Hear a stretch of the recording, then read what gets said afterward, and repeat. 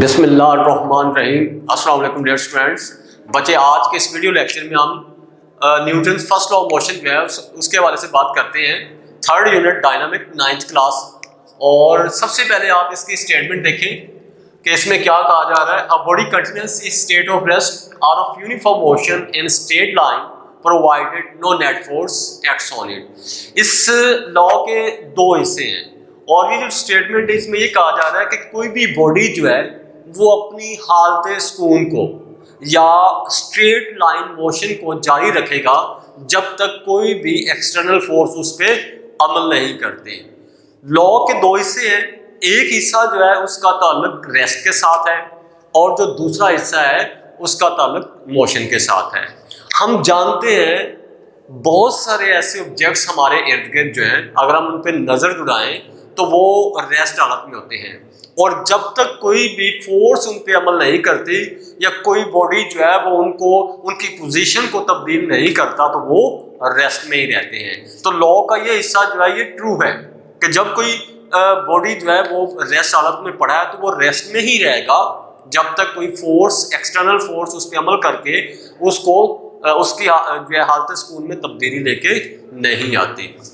इसी तरह लॉ का जो दूसरा हिस्सा है वो ये कहता है, उसका ताल्लुक जो है किसी भी बॉडी के मोशन के साथ है कि अगर कोई बॉडी स्ट्रेट लाइन मोशन की हालत में है तो उसको रोकने के लिए भी हमें फोर्स की जरूरत होती है। फोर्स लगा के हम किसी भी मूविंग ऑब्जेक्ट को जो है वो रोक सकते हैं। यानी किसी बॉडी को अगर वो रेस्ट में है तो उसको हरकत में लाने के लिए भी फोर्स की जरूरत होती है और अगर कोई बॉडी जो है वो मोशन की हालत में है तो उसको रोकने के लिए भी जो है वो फोर्स की जरूरत होती है।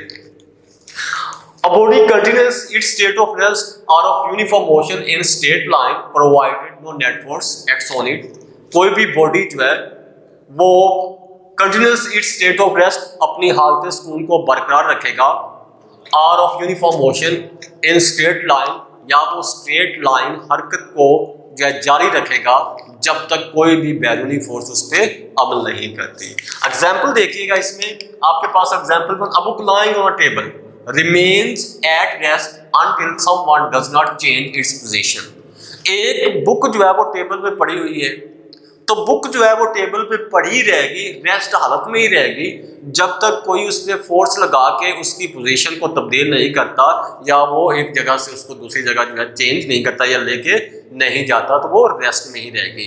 इसके अलावा हमारे पास बहुत सारे ऐसे ऑब्जेक्ट्स हैं कि अगर वो रेस्ट में पड़े हैं तो फिर रेस्ट में ही रहेंगे जब तक कोई फोर्स उस पर अमल नहीं करती और वो हरकत में नहीं आ जाते। एक और एग्जांपल देखें, a moving object does not stop moving by itself. इसी तरह से एक मूविंग ऑब्जेक्ट जो है वो अपने आप नहीं रुक सकता जब तक उस पर कोई फोर्स जो है वो अमल नहीं करती, चाहे वो फ्रिक्शन की फोर्स है चाहे कोई भी है, तो वो उसकी जो मोशन की हालत में है उसको रोकने के लिए क्या है कि हमें फोर्स की जरूरत होती है।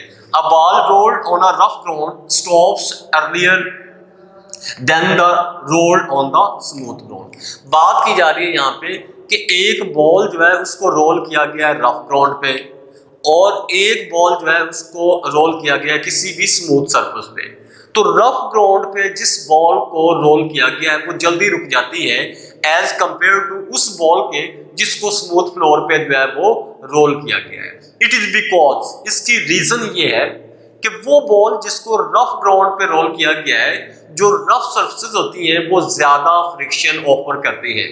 जब फ्रिक्शन ज्यादा होगी तो फिर वो जो बॉल है उसकी मोशन को वो फ्रिक्शन जो है वो अपोज कर रही होती है और वो बॉल को जल्दी रोक देती है उस बॉल की निस्बत जिसको स्मूथ फ्लोर पे जो है या स्मूथ ग्राउंड में जो है रोल किया गया है। क्यों कि जो स्मूथ ग्राउंड है वहां पे फ्रिक्शन कम है, जो रफ ग्राउंड है वहां पे फ्रिक्शन ज्यादा है और फ्रिक्शन जो है वो किसी भी ऑब्जेक्ट की मोशन को अपोज करती है, उसकी मोशन को कम कर रही होती है। तो इस केस के अंदर इस सिचुएशन में यही है कि आपके पास एक बॉल जिसको रफ ग्राउंड पे रोल किया गया है और एक जिसको स्मूथ ग्राउंड पे रोल किया गया है। तो स्मूथ ग्राउंड पे रोल की जाने वाली बॉल से जो रफ ग्राउंड पे रोल की गई है बॉल वो जल्दी रुक जाती है क्योंकि उसको ज्यादा फ्रिक्शन जो है वो लग रही होती है उस पर। उसके बाद आपके पास एक क्वेश्चन पूछता है यहाँ पे, Newton's first law of motion is also known as law of inertia. हुआ है कि न्यूटन का जो पहला कानून हरकत है उसको लॉ ऑफ इनर्शिया भी कहा जाता है। Newton's first law of motion deal with the inertial property of matter, that's why Newton's first law of motion is known as law of inertia. असल में न्यूटन का जो पहला कानून हरकत है उसका ताल्लुक उसका ताल्लुक जो है वो किसी मादे की इनर्शियल प्रॉपर्टी के साथ है, जिस वजह से हम उसको लॉ ऑफ इनर्शिया का भी नाम देते हैं। Newton's first law of motion deals with the inertial property of matter, therefore it is also known as law of inertia. उसके बाद एक क्वेश्चन करता है पैसेंजर स्टैंडिंग इन अ बस, कि जब बस का ड्राइवर जो है वो अचानक से ब्रेक अप्लाई करता है और बस के अंदर जो पैसेंजर्स खड़े हुए हैं वो आगे की जानब गिरते हैं या झुकते हैं, इसकी क्या रीज़न है? देखें बच्चे, इसमें जो जब बस जो है वो मोशन की हालत में है तो जो पैसेंजर्स बस के अंदर खड़े हुए हैं उनका पूरा बॉडी जो है वो बस के साथ मोशन की हालत में होता है।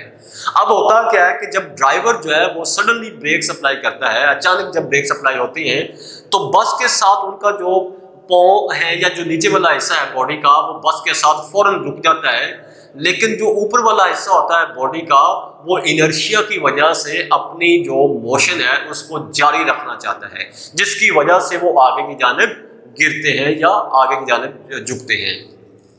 तो यहाँ पे आपके पास इसकी स्टेटमेंट शॉर्ट के हवाले से, उसके अलावा why Newton first law of motion is known as law of inertia, और ये पैसेंजर स्टैंडिंग इन अ बस जो है कि ये कैसे आगे की जानिब गिरते हैं, ये शॉर्ट के वाले से। लॉन्ग के वाले से बड़ा इंपॉर्टेंट टॉपिक है, तीनों लॉज जो है इसके न्यूटन के, मैंने कहा कि वो बहुत ही इंपॉर्टेंट है।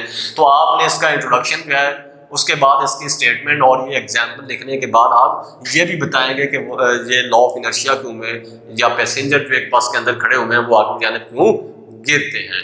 तो इंशाल्लाह ये था हमारा आज का लेक्चर। इंशाल्लाह नेक्स्ट वीडियो के अंदर चल के हम एक और टॉपिक जो है वो इसी चैप्टर का डायनामिक्स से जो है वो डिस्कस करेंगे। तब तक अपना ख्याल रखिएगा।